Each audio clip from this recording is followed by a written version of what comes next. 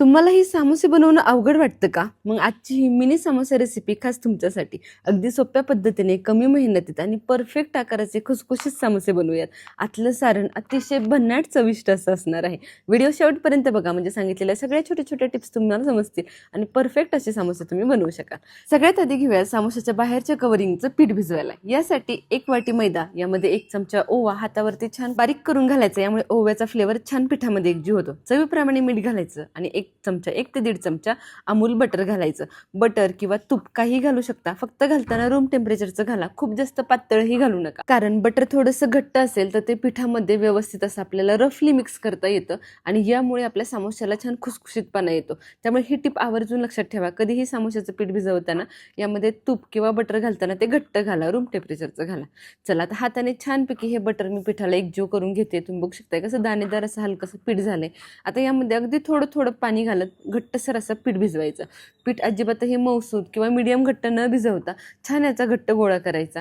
जेवढं पीठ घट्ट होण्यासाठी पाणी गरजेचं आहे तेवढंच घ्या. हाताने छान दाबून दाबून असं हे पीठ मिक्स करा. तुम्ही बघू शकता पीठ मी किती व्यवस्थित असं दाबून दाबून मिक्स करते. असं लच्छेदार पीठ व्हायला हवंय. लच्छेदार पीठ झालं की खुसखुशीत असा समोसा तयार होतो. आतमध्ये सुंदर असं याचं लेअरिंग तयार होतं. चला, पीठ व्यवस्थित असं मळलं गेले. तुम्हाला मी पिठाचा गोळा तोडून दाखवते, म्हणजे आतले लेयर्स तुमच्या लक्षात येतील. असं लेअरी असं हे पीठ झालं पाहिजे. चल, पीठ व्यवस्थित असं मळलं गेले. आता झाकण ठेवून हे पीठ किमान 15 ते 20 मिनिटं तरी भिजू द्या. 15 ते 20 मिनिटांमध्ये मैदा छानपैकी भिजतो.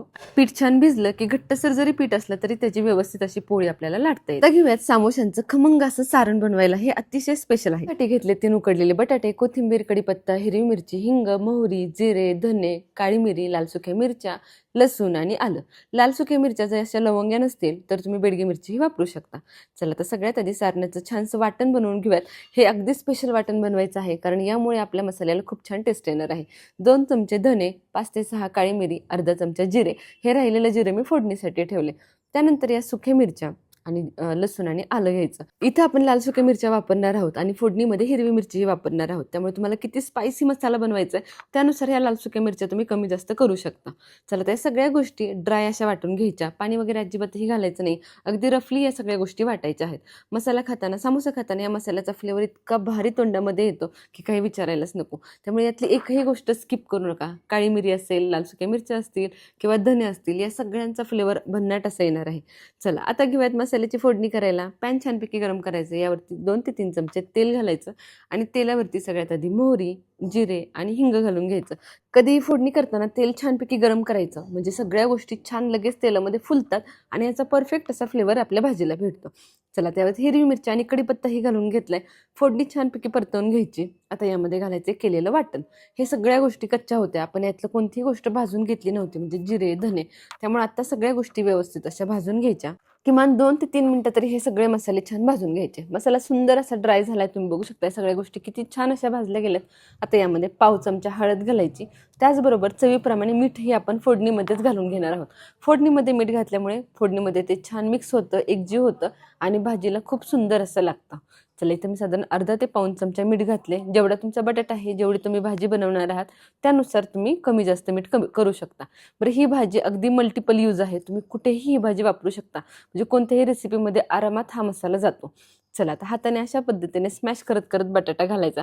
बटाटा अजिबातही चिरून किंवा फोडी करून न घालता अशा पद्धतीने क्रश करून घाला, कारण समोसेमध्ये बटाटा आपल्याला अशा पद्धतीचा ओबड-धोबड आणि मऊसूद असा लागतो. त्यामुळे तो शिजवून घेतानाही चांगला शिजवून घ्या, म्हणजे थोडासा ओव्हरकुक झाला तरीही चालेल, कारण जेवढा बटाटा छान शिजेल ना तेवढं तुमचं सारण अगदी मऊसूद असं होणार आहे. आता बटाटा या सारणामध्ये छान मिक्स करून घ्यायचा आणि व्यवस्थित असा परतवून घ्यायचा. आता यामध्ये घालायची भरपूर अशी कोथिंबीर. हा मसाला, भरपूर अशी कोथिंबीर, या सगळ्याचा फ्लेवर अगदी भन्नाट असं येणार आहे. चला, मसाला किमान 2 ते 3 मिनिटं तरी छान परतला गेला पाहिजे. छान परतला गेला की खमंग असा फ्लेवर या मसाल्याला भेटतो. आता मसाला छान पसरवून घ्यायचा आणि किमान 5 ते 10 मिनिटं तरी थंड करून घ्यायचा.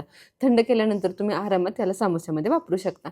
चला, पीठही छान असं भिजले. पीठ छान आता एकजीव करून घ्यायचं. तुम्ही बघू शकता सुरुवातीला घट्ट असा मळलेला गोळा आता थोडासा सॉफ्ट झालाय, जेणेकरून आता ही पोळी आपल्याला व्यवस्थित अशी लाटता येईल. चला, आता आपण नेहमीचे समोसे न बनवता अतिशय युनिक असे समोसे बनवणार आहोत, जे की कोणीही पहिल्याच प्रयत्नात परफेक्ट असे बनवू शकतात. यासाठी चपातीसाठी जसा उंडा बनवतो तसा उंडा बनवायचा, त्यापेक्षा थोडासा मोठा बनवायचा आणि सुंदर अशी याची आता पोळी लाटून घ्यायची. आता ही पोळी लाटताना अगदी पातळसर अशी लाटायची आहे. पीठ आपलं थोडंसं दाटसर आहे, त्यामुळे पोळी लाटताना थोडंसं जोर द्यावा लागेल. थोडंसं जोर देत देत आणि पिठी घेत घेत व्यवस्थित अशी ही पोळी लाटून घ्यायची. जेवढी तुम्ही पोळी ही छान पातळ लाटाल तेवढा तुमचा समोसा क्रिस्पी होणार आहे. तुम्ही बघू शकताय पोळपाटावर जेवढं मावेल तेवढी मी पोळी छान पातळसर अशी लाटून घेतली आहे. पोळी छान पातळसर लाटून झाली की यावरती हा मसाला घालायचा. आता मसाला घालत असताना अशा पद्धतीने आडवा घालायचा खालच्या बाजूने आणि अगदी पातळ लेअरमध्ये घालून घ्यायचा. आता घालताना एक चमच्याच्या साह्याने व्यवस्थित असा तो एकसारखाही करायचा, कारण यावरती आपण ही घडी पाडणार आहोत. ही जी काही पोळी लाटली आहे त्याचं लेअरिंग करणार आहोत. त्यामुळे एकाच जागेवरती आडव्या पट्ट्यामध्ये आणि पातळसर असा एकसारखा बटाटा लावून घ्यायचा. अतिशय सोपी पद्धत आहे, अजिबातही अवघड नाही. तुम्हाला बघूनच समजत असेल. अगदी सहज पद्धतीने तुम्ही हे बनवू शकता. मसाला व्यवस्थित पसरला गेला की खालची घडी फक्त वरती घालायची, हाताने छान असं दाबून घ्यायचं आणि आता याच्या 2 घड्या आपण पाडून घेणार आहोत. सुरुवातीला एक घडी पाडायची आणि हाताने व्यवस्थित दाबून घ्यायचं. यामुळे बटाट्याचं सारण एकसारखं असं सगळीकडे पसरलं जातं आणि सगळ्यात महत्त्वाचं जे काही पिठाचं लेअर आहे तो मसाल्याला चिटकून बसतो आणि तेलामध्ये गेल्यानंतर बटाट्याचं सारण आपल्या बाहेर येणार नाही. चला, दुसराही लेअर वरच्या बाजूने मी अशा पद्धतीने टाकून घेतलाय. 3 घड्या झाल्यात. सुरुवातीची एक, दुसरी नंतर आणि ही वरनं टाकलेली तिसरी. 3 घड्यांमध्ये हे लेअरिंग करायचं. खालचं जे एक्स्ट्राचं पीठ होतं ते मी कापून घेतलंय.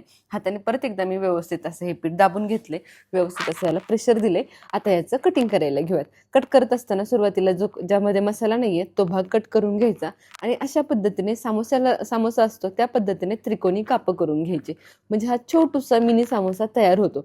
तुम्ही बघू शकता किती सहज सोपं आहे हे करणं. अजिबातही कोणालाही हे अवघड जाणार नाही किंवा करता येणार नाही असं होणारच नाही. नेहमीचा समोसा बनवताना त्याची जी काही पारी करायची असते, जी काही फोल्ड करायचे असतात ते करणं खूप अवघड असतं आणि ते जर तुम्हाला व्यवस्थित जुळलं नाही तर तुमचा समोसा व्यवस्थित तो बसत नाही आणि दिसतही नाही. अशा पद्धतीने तुम्ही सहज हे समोसे करू शकता आणि झटपट आहेत. अगदी सहज पद्धतीने सकाळच्या घाई गडबडीतही होऊ शकतात. तुम्ही हे नाश्त्याला करू शकता किंवा अगदी मुलांना टिफिनला देण्यासाठी सुद्धा परफेक्ट अशी रेसिपी आहे. मुलं सुद्धा अशा पद्धतीने जर तुम्ही हे टिफिनला दिलं तर अगदी आवडीने खातात. चला, सुंदर असे हे समोसे करून झालेत. आता घेऊयात समोसे आपले तळायला.